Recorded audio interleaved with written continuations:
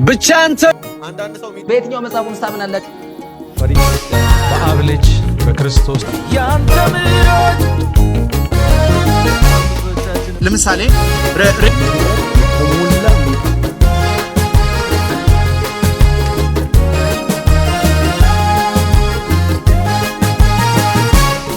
ብቻ አንተ ኑር እንጂ ልጄ በድል ሳይሆን ሙሴን በንጉሥ ቤት ከናቱ ሳትነጥል ደብቀ እንዳኖርከው ለኔም ልጅ ተስፋዬ ካንተ መኖር ጋር የተሳሰረ ነው። ብቻ አንተ ኑር እንጂ በራቡ ዘመን ክፉ ቀን ሲመጣ ይስሐቅ አንተን አምኖ ዝናብ በሌለበት ዘርቶ እንዳፈራ መኖር ብቻ ነው የኔም ዕጣ ፈንታ። ብቻ አንተ ኑር እንጂ ምንም ራብ ቢሆን እጠግባለሁ ብዬ የምተማመነው እኔ ኖሮኝ ሳይሆን አንተ ስላለ ነው።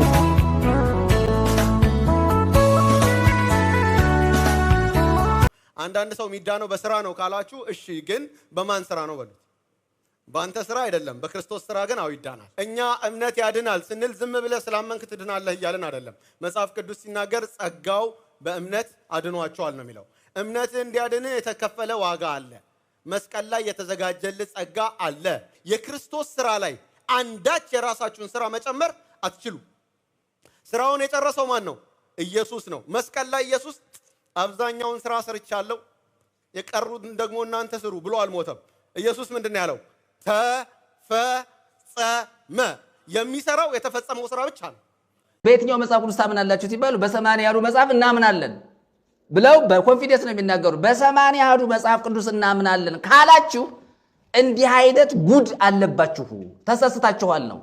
እና በመጽሐፈ ሄኖክ መሰረት ስንመጣ የኢትዮጵያ ኦርቶዶክስ ተዋሕዶ ቤተክርስቲያን መጽሐፍ ቅዱስ አልባ ሰነድ አልባ የሆነች ቤተክርስቲያን መሆኗን በትክክል መናገር እንችላለን።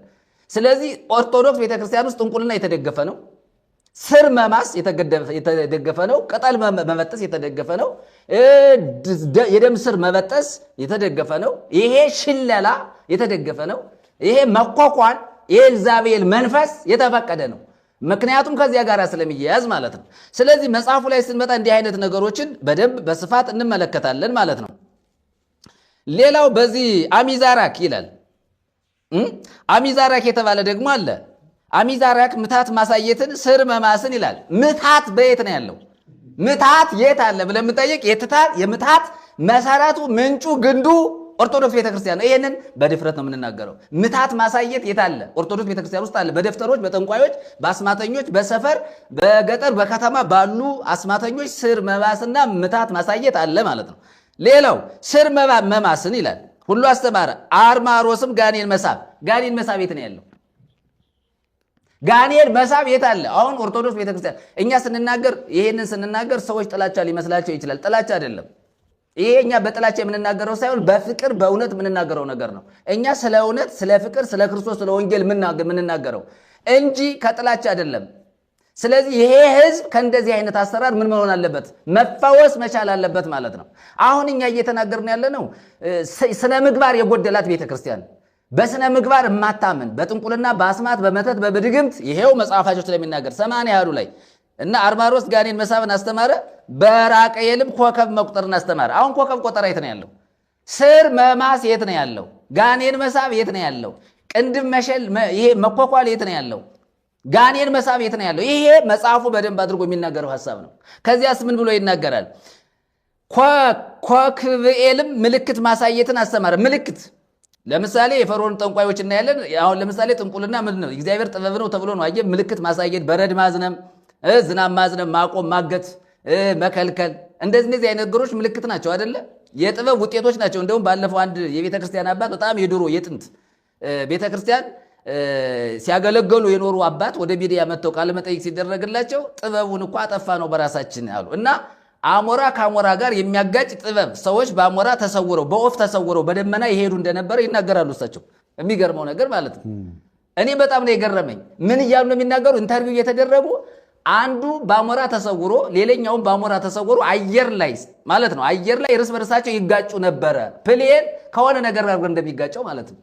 እና ጠንቋዮች እርስ በርሳቸው በተጫኑበት እንስሳ ወፍ ሊሆን ይችላል፣ አሞራ ሊሆን ይችላል፣ ጉጉት ሊሆን ይችላል፣ ብቻ በእንስሳ ተሰውረው ከቦታ ወደ ቦታ ይንቀሳቀሱ እንደነበረ ያ አይነት ጥበቡ ዛሬ ቀረ፣ ቤተክርስቲያን ጥበብ አልባ ሆነች እያሉ ይህንን ቁጭ ብለው ይናገራሉ። ይሄ የሚያሳፍር ነው። ይሄው መጽሐፉ ላይም የተቀመጠ በተግባርም በሊቃውንቱ መካከል የታወቀ ነው። በነገራችን ላይ በመጽሐፍ ቅዱስ መበረዝ መወቀስ ያለባቸው ሊቃውንቱና ጳጳሳቱ ናቸው። የኢትዮጵያ ኦርቶዶክስ ተዋሕዶ ቤተክርስቲያን ሊቃውንት፣ የኢትዮጵያ ኦርቶዶክስ ተዋሕዶ ቤተክርስቲያን ጳጳሳት፣ ኤጲስቆጶሳት በዚህ ቤተክርስቲያን ውስጥ በስልጣነ ክህነትም ሆነ በመርጌትነት በምሁርነት ተቀምጠው የሚያገለግሉ ሰዎች ሲኖዶሱ ጉባኤ ሊቃውንቱ መጠየቅ አለበት። እንደገና ተወቃሽም ነው በዚህ ጉዳይ፣ ምዕመኑ አይደለም። ይሄ መጽሐፍ ተበርዞ እንዲመጣ ወደ ህዝብ እንዲደርስ ያደረጉ እነሱ ዝምታ ስላበዙ ነው። እና ይህንን ነገር እንደዚህ ይናገራል። ምልክት ማሳየትን አስተማረ፣ ጥሙኤልም ኮከብ መቁጠርን አስተማረ ይላል። ከዚያም በኋላ አስራዴል በዚህ በአስማት ዓለም የሚታወቅ ሰው ሁሉ የሚጠራው ይሄን ነው። የጨረቃን አካሄድ አስተማረ። ከዋክብት የሚቆጥሩ አሉ አይደል? ኦርቶዶክስ ቤተክርስቲያን እኮ ከዋክብት የሚቆጥሩ አሉ እኮ። ከዋክብትን የሚቆጥሩ የፀሐይ መውጣት መግባትን፣ የጨረቃን መውጣት መግባት፣ እንደገና የከዋክብትን ስነ ከዋክብትን ሁሉ የሚመራመሩ ጠንቋዮች አሉ እኮ። ዛሬ እነዚህ የተማሩ ጥበበኞች ተብለው ዓለም የሚያደንቃቸው ሰዎች በአንድ በኩል ደግሞ ጠንቋዮች መሆናቸውን ሰው መርሳት የለበትም። ጠንቋዮችም ናቸው። በሰዎችም ጥፋት ሰዎች ጮሁ፣ ቃላቸውም ወደ ሰማይ ደረሰ ይልና ይህንን እያየ ይናገራል ማለት ነው። መጽሐፈ ሄኖክ ላይ ስንገባ እንዲህ አይነቱን ትርክት ላም ሰው ሆነ የሚል አስተምሮ በቤተክርስቲያን ውስጥ እንዳለ ይሄው መጽሐፋችሁ ይመሰክራል። እንዲህ አይነቱን ርኩሰት እንዲህ አይነቱን እንደገና ደግሞ ላሙ ዝሆን ወለደ። እንዴት ያለ ጉድ እኮ ነው! በአብ ልጅ በክርስቶስ ኢየሱስ ደም ቤዛነታችሁን ያገኛችሁ የዳናችሁ የክርስቶስ ኢየሱስ ቤተሰቦች እንደምን ከረማችኋል? ወንድማችሁ ሸዋፈራሁ ደሳለኝ ነኝ። አስቀድሜ ከእግዚአብሔር ከአባታችን ከጌታም ከኢየሱስ ክርስቶስ ጸጋና ሰላም በያላችሁበት ይብዛላችሁ ለማለት እወዳለሁ። ወንጌላውያን ወጣቶች፣ በክርስቶስ ኢየሱስ ያመናችሁ ይህንን ከፊታችን ያለውን 2 ወር ክረምት የት ለማሳለፍ አስባችሁ አቅዳችኋል? በዚህ 2 ወር ክረምት እንደምታውቁት ከትምህርት የምታርፉበት ብቻ ሳይሆን እንደገና ሌላ ትምህርት የምትማሩበት እንዲሆን ይጠበቅባችኋል። እንደምታውቁት ቤተክርስቲያን ካልተጠቀመችባቸው ዘርፎች መካከል የኪነ ጥበብ ዘርፉ አንዱና ዋነኛው ነው። ስለዚህ ብንኖር ጌታ ቢፈቅድ ከፊታችን ሐምሌ 6፣ 7 እና 8 2018 ለ100 በአዲስ አበባ ከተማ ለሚገኙ ወንጌላውያን ወጣቶች የቲያትርና የፊልም ፍላጎትና ሙከራ አለን ለሚሉ መሰረታዊ የሆነ ስልጠና ለመስጠት ዝግጅታችንን አጠናቀናል። ስልጠናው በእኔ በወንድማችሁ በሸዋፈራሁ ደሳለኝና በሌላው በምንወደው ወንድማችን ረታ ጳውሎስ አማካኝነት የሚሰጥ ይሆናል። ይህ ስልጠና በጥበበ ክርስቶስ ዓለም አቀፍ ቤተክርስቲያንና በቤተ ምህረት ዓለም አቀፍ ቤተክርስቲያን የጋራ ትብብር የሚሰጥ በነህምያ ፒክቸርስ ባለሙያዎች ስልጠናው የሚሰጥ ይሆናል። ስለዚህ በዚህ ስልጠና ላይ መሳተፍ የምትፈልጉ በአዲስ አበባ ከተማ የምትገኙ ወንጌል አማኝ ወጣቶች ብቻ በዚህ ስክሪኑ ላይ በተቀመጠው ስልክ እየደወላችሁ እንድትመዘገቡ በጌታ ፍቅር እጋብዛቸዋለሁ። ፈሪ ክርስቲያን መሆን ድፍረት ይጠይቃል። ትልቅ የሚባል ኃጢአት የለም፣ የጥቃቅን ፍቅቅታዎች ድምር እንጂ። ከምኔው ተፈጠፈጡ ብለን እንደነግጣለን፣ ከመድረክ ሳይወርዱ ግን እየወደቁ ነበር። 7 አገልጋይ ስለሳቀበት ቀልድ እውነት አይሆንም። ትኩስ መሆን ትፈልጋለህ? እንደምንም ከቻልክ አዲስ ክርስቲያን ሰፈር ዋል። አገልጋይ ሰፈር የሰማኸውን ቀልድ አዲስ ክርስቲያን ሰፈር እንዳትደግመው። ጥንቃቄ የሚፈልገው የሚበላው ዘር እንጂ አረም ባይዘራም ያድጋል። ቅድስና የአካባጆች ሳይሆን ከኢየሱስ አመል የተጋባባቸው ሰዎች ሕይወት ነው። በልቤ አግኝተውኝ ነው ያልካቸው ሰዎች አግኝቻቸው ነው ምትልበት ጊዜ ይመጣ ይሆናል። በልቤ ምንም ብል እሰማለሁ እንዳልኩኝ ምንም ብልም አልሰማበት ጊዜ ይመጣ ይሆናል። ከእግዚአብሔር በቀር እንደ በረታ የሚሰነብት የለም። ከነብር የፈጠነው አበኔር እንደሚዳቋ ሞቷል። ከአንበሳ የበረታው ሳኦል እንደምናምን አልፏል። ኮከብም ነዶ ነዶ ይጠፋል። 1000 ዘመናት የበራች ፀሐይም ኃይሏን አጥታ እንደ ደም ትቀላለች። ለጌታ እንዳልተገቡ እያሰቡ በፍርሃት ማገልገል እንዴት ያለ ብልሃት ነው! ተጋባዥ ማንም ይሁን ምን አገልጋይ ሆኖ ሙሽራው ያከበረውን ሕዝብ መናቅ ሙሽራውን መናቅ ነው። ኢየሱስ ያከበረውን ሕዝብ ማክበር ኢየሱስን ማክበር ነው። ለኢየሱስ ያለን ፍቅር ለወንድማችን ያለንን ፍቅር ያህል ነው። እግዚአብሔርን የመወደዳችን ትልቅነት እስከ ወንድም ይለካል። ተለምነን የምናገለግል ሆይ ለምነን ማገልገል እንከለከል ይሆናል። ሰው ሲያጥነው እንደሚጠሩኝ ያለን ሆይ አንድ ቀን መተንፈሻ መድረክ ፍለጋ እንማጠን ይሆናል። ላለማገልገል ለሰው የሰጠነው ምክንያት በጌታ ፊት ይመጥን ይሆን? በትዕቢት የጸናው ማግስት በትዕቢት የቆምኩኝ ማግስት ጸጋውን ላይ ትቶብኝ ከመሄድ የሰጠኝን ጸጋ ከላይ ቢወስድ ራርቶልኛል ማለት ነው። መሰማት ሁሉ ክብር አይደለም። መሰማትን ሰጥቶ አምላክ ካፋችን ቃል ቢሸሽ የየለት ግማት ነን። እየፈራን እናገለግለዋለን። በጣም ብዙዎቻችን የሚያስጨንቀን ምን እንደሆነ ታውቃላችሁ? ሰው ጠላን፣ ሪጀክት አደረገን፣ በቃ በሰው ዘንድ ቦታ የለንም የሚለው ነገር ነው በጣም ብዙዎቻችንን የሚያስጨንቀን። በጣም ግን ሊያስፈራ ሊያስጨንቀን የሚገባው በእግዚአብሔር ፊት ያለን ቦታ። ተረዳችሁ? እግዚአብሔር ሪጀክት እንዳያደርገን ነው በጣም መፍራት ያለብን። ሰዎች ጠሉን አልጠሉን ምንም የሚፈጥሩት ነገር የለም በህይወታችን። ጆሴፍ በወንድሞቹ የተናቀ ነው የተጠላ ነው። በኋላ ግን ያ ከባድ ጊዜ ሲመጣ አስፈለጋቸው። ጂሰስ ክራይስት ግንበኞች የናቁት የራሱ ወገን ያልተቀበለው ጂሰስ ክራይስት፣ ዳዊት ጭራሽ ፋሚሊው ቦታ ያልሰጠው አባቱ ሊቀቡ ወንድሞቹ ሲደረደሩ እሱ ተረስቶ ነበር። ሰው በሰዎች ፊት ሪጀክትድ መሆን አይደለም የሚያስፈራው፣ እንደውም በሰዎች ፊት መናቅ ነው የሚያስከብራችሁ። ትልቅ ቦታ እግዚአብሔር የሚሰጣችሁ። ከባዱ ነገር በእግዚአብሔር ፊት መናቅ። እግዚአብሔር ሳኦልን ሪጀክት አደረገው ይላል፣ ናቀው ይላል። ትዝ ይላችኋል ለሳሙኤል ሲነግረው በፊቴ ለናቁት ለሳኦል እስከመች ነው የምታለቅሰው?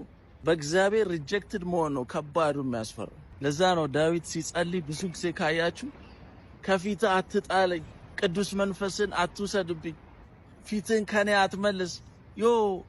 ዋናው እግዚአብሔር ከኛ ጋር ይሁን፣ በሱ ፊት ሞገስ እናገኝ። በጸሎት መጽናናት አቅቷችሁ ያውቃል? ለኔ በጣም የጠቀመኝን የእግዚአብሔርን ቃል አንብብላችሁ መዝሙር 77 ላይ አሳፍ በጣም ቻሌንጅ ውስጥ ሆኖ በቃ ወደ እግዚአብሔር ሌሊቱ ሙሉ እየጸለየ ነፍሱ መጽናናት ያቅታታል ማለት ነው። ከዛ የጻፈውን መዝሙር ላንብብላችሁ። በመከራዬ ቀን እግዚአብሔርን ፈለግኩት፣ እጆቼ በሌሊት በፊቱ ናቸው፣ አላፈርኩም፣ ነፍሴም መጽናናትን አልቻለችም አለና ምን ያጽናናዋል ምናምን ብሎ ሲጠይቅ ቁጥር 3 ላይ እንደዚህ ይላል፣ እግዚአብሔርን አሰብኩት ደስም አለኝ፣ ተናገርኩም ነፍሴ ፈዘዘች አለና ምን እንዳሰበ ታውቃላችሁ? ከቁጥር 5 ጀምሮ እንደዚህ ይላል፣ የድሮውን ዘመን አሰብኩኝ፣ የዘላለሙን ዓመታት አሰብኩ፣ አጠነጠንኩም፣ በሌሊት ከልቤ ጋር ተጨዋወትኩ፣ ነፍሴንም አነቃቀዋል። እግዚአብሔር ለዘላለም ይጥላል? እንግዲህስ ቸርነቱን አይጨምርምን? ለዘላለምስ ምሕረቱ ለልጅ ልጅ ተቆረጠች? የተናገረውንስ ቃል አልቋልን? እግዚአብሔርስ ሞገሱን ረሳን? በቁጣውስ ምሕረቱን ዘጋው? ይሄ ድካሜ ነው አልኩ፣ የልዑል ቀኝ እጅ እንደተለወጠ የእግዚአብሔርን ሥራ አስታወስኩ፣ የቀደመውን ታምራት አስታወስኩና